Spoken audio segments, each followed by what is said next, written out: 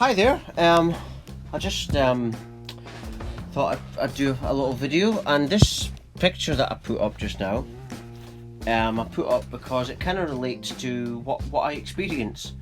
What this picture actually says is what I experience all the time. It's like interacting with parallel realities, and this is what I'm doing, and this is how I've healed.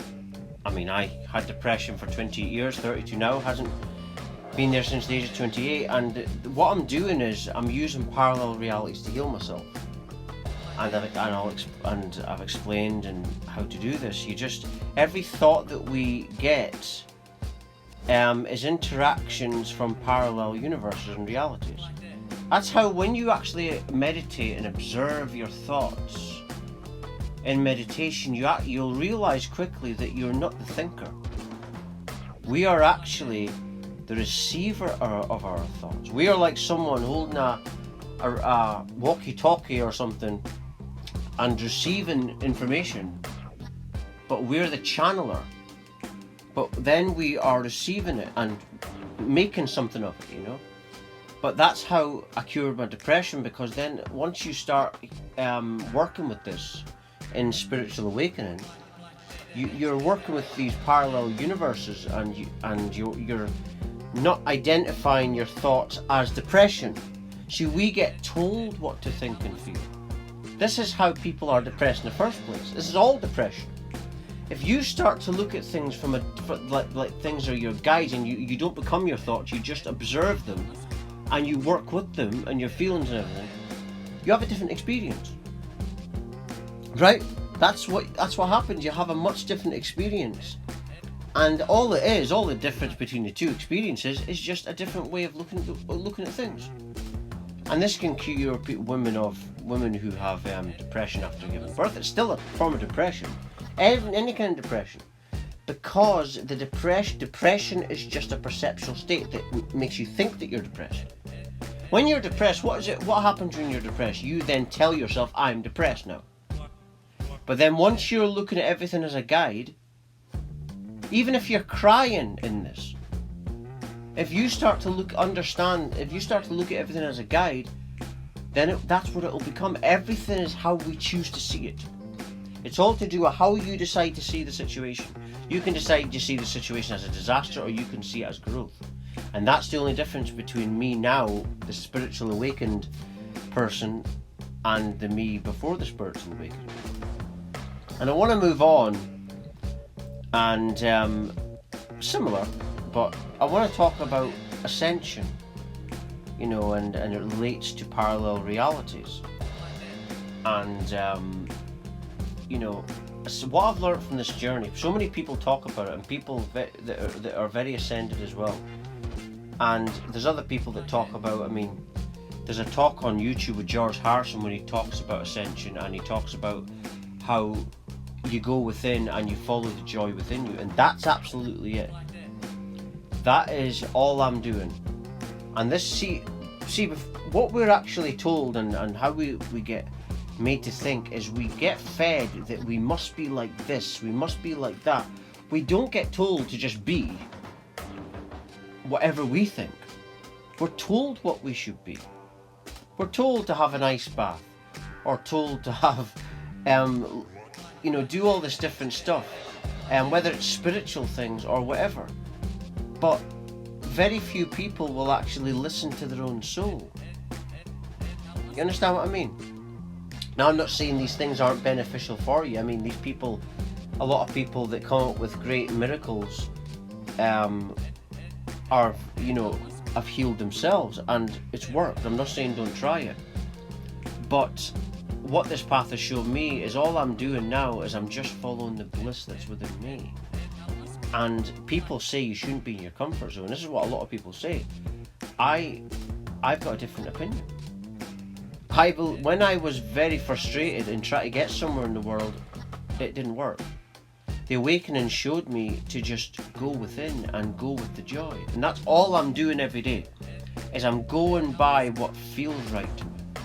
All that the soul has showed me to do is to follow, like George Harrison says, the bliss within you. Follow what feels right. Now, many people would say, oh, that's your comfort zone. But when we feel good like this all the time, what happens is we start getting inspiration when we are feeling good. Now also, you can actually be uncomfortable and actually train your mind to actually feel joy in that also. And this is also what I'm doing. I've learned to just always go with, because there's a joy in every moment, actually. There's actually always a joy within it. If you look for it, you'll find it. And there's always a joy within everything that we're experiencing, and that's all I'm following. And when you're doing this, you're filling your heart, basically. You're filling your heart, and when you're doing this, you're in this state of absolute light and joy within you. And it's like when someone's like, the time that we're in is now, probably lots of people drinking alcohol. I don't drink alcohol. But in a Christmas period, everyone's thinking of the new year, but they're drinking and stuff, and they're all hopeful because of the fact they're high. And that's why they're hopeful. And when you are high and you're serving what feels right to you, you then get clarity and insight into things, and it gives you inspiration. That's when your best ideas come. Everyone's best ideas usually comes at night time, like 2 in the morning, when you're had the 20th cup of tea, and you're all happy and everything, and because you're into your own energy, that solitude as well. But it's only people only tend to absorb solitude when it suits them, like at 2 o'clock in the morning. But the rest of the time, it's a mind pattern. The mind pattern tells them we must have someone in our lives. That we must have someone in our lives, or have this or have that. But none of us just be. See, when you just be, and you just observe everything, then you're allowing, like I said at the start of the video, then you're allowing your soul to do the talking, and the infinite parallel universes alongside you to intermingle with you and heal you. What are parallel realities? Parallel realities are the feelings that come out of nowhere. How do you think they come from nowhere? Because it's the next parallel line to this space, and they're all working with you. That's why parallel realities exist, so that if something goes bad, you've got backup. You know what I mean? That's the whole point of it. And so when you start observing your thoughts and don't respond to them, don't react so much, let them heal you. Let your feelings lead the way. Look at everything as a mirror. Understand that what you feel about any situation is the reflection of you. And as soon as that happens, focus upon the feeling, and allow these intermingling thoughts and ideas and from stillness to lead the way. What that is in stillness is that parallel realities, but it's also your soul. Because your soul is the connection to these parallel realities, and that is always found in stillness, in presence. I'm not going to talk in this video about climate change. I don't want to talk about that. But I just wanted to talk about parallel realities. I won't talk about the smart grid or Agenda 2030 because it's not needed. Because if I've had the spiritual awakening that was unexpected and other people have had it, I know how powerful, obviously, a spiritual awakening is when it's your time to return to God, the divine, the holy source, whatever you want to call it. And what I absolutely know now is that there is a global awakening happening. And the reason people have had spiritual awakenings unexpectedly is because they are the ones that are meant to have these experiences. They are strong enough, they've signed up for this before they were born. And that our job is to basically just go within ourselves and heal ourselves and be an example. And what's going on is people are actually looking, and it's become more obvious now that the system's playing a game. And they're seeing the awakening and this parallel reality thing and this ascension thing, stillness. And they're saying, I want that,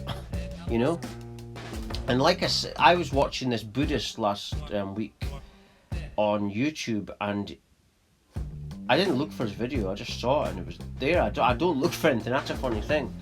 But when something's there in my face and it's something I'm thinking, I look at it, and what he was saying was that we can't change our parents. This little girl says, my father has been bad to me, blah blah blah, and what do I do? And he says, you can't change your parents, you are your parents, he said. He said, you can only go within you, like I say. And that's what if you've had a spiritual awakening, you will understand that you can't, you know by now that you can only make change by going within you, and then that changes this space. That's how we make proper change. Because what is proper change? Proper change is energy. Can't change people by demanding, you've got to change yourself within you. Be quiet. People notice you in everything you're doing. Even though they might not say it, but they do. When you're going within, people notice that. And that's how you change people. By changing yourself, and then you're the example then. And when you're doing this, like I was saying earlier about joy in your heart, you're just filling your heart all the time, going within. You're following that joy. And that is how easy ascension is. All you're doing is following the joy. It doesn't have to be this horrible, out your comfort zone thing. Because people get told to do this. See, someone becomes a fad, and then everyone pretty much copies it. That's how the system controls everyone. That's how I say that even spirituality outward you can't trust, because the system has to have its finger in every pie. It has to control all information that people receive outward. So spiritual courses and universities, everything has to be controlled by that system. And they'll be panicking even more than ever now because of the fact that people have had spiritual awakenings. But you follow that joy within yourself, and that is it. You fill your heart. That's all I'm doing. Basically all the time I just do what feels right to me, what feels good, what feels like I'm doing what my heart space is. When you're following your heart space, you're just following the joy within you. Everyone's got it, but we've been trained not to go by it, you see. And we get told, oh, don't be in your comfort zone, and then it becomes a fad. But not being in your comfort zone could probably help you also. But that's one possibility of doing something. But if you think of it, there's an infinity of ways to do things. It's like I don't actually think I'm right in anything. I think that I'm coming up with theories within an infinity of potential of theories and ways of looking at the world. When you look at stars that millions of light years or whatever it is, I don't even know how far it is. But there's an infinity and vastness of ways and things and everything. And when you go deeper with this, you realise what is anything? What is consciousness really? What is life? What is nothingness? What is something? And people actually make their ideas up, but what are you basing your ideas on? If you can't define what's real, then how can you know if you're right? You see?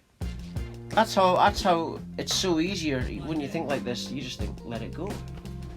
It's all just illusion. It's all just an illusion. Because it's like I said earlier about the thought thing. If you're not the thinker of your own thoughts, then what is the self then? There's no self, is there? If the self isn't thinking the thoughts, not responsible for them, then there's no self. And when you let the self go, that's when you start to feel the real joy within. That's it. Once you start letting that ego go, you stop chasing women. Like I probably stopped chasing loads of things, but to people that are asleep and living the asleep life, I probably seem very strange. Why is he not chasing anything? Because I had an unexpected spiritual awakening, but I've healed a lot of elements. And the more we heal within, the more you follow that joy, the less you want. Right?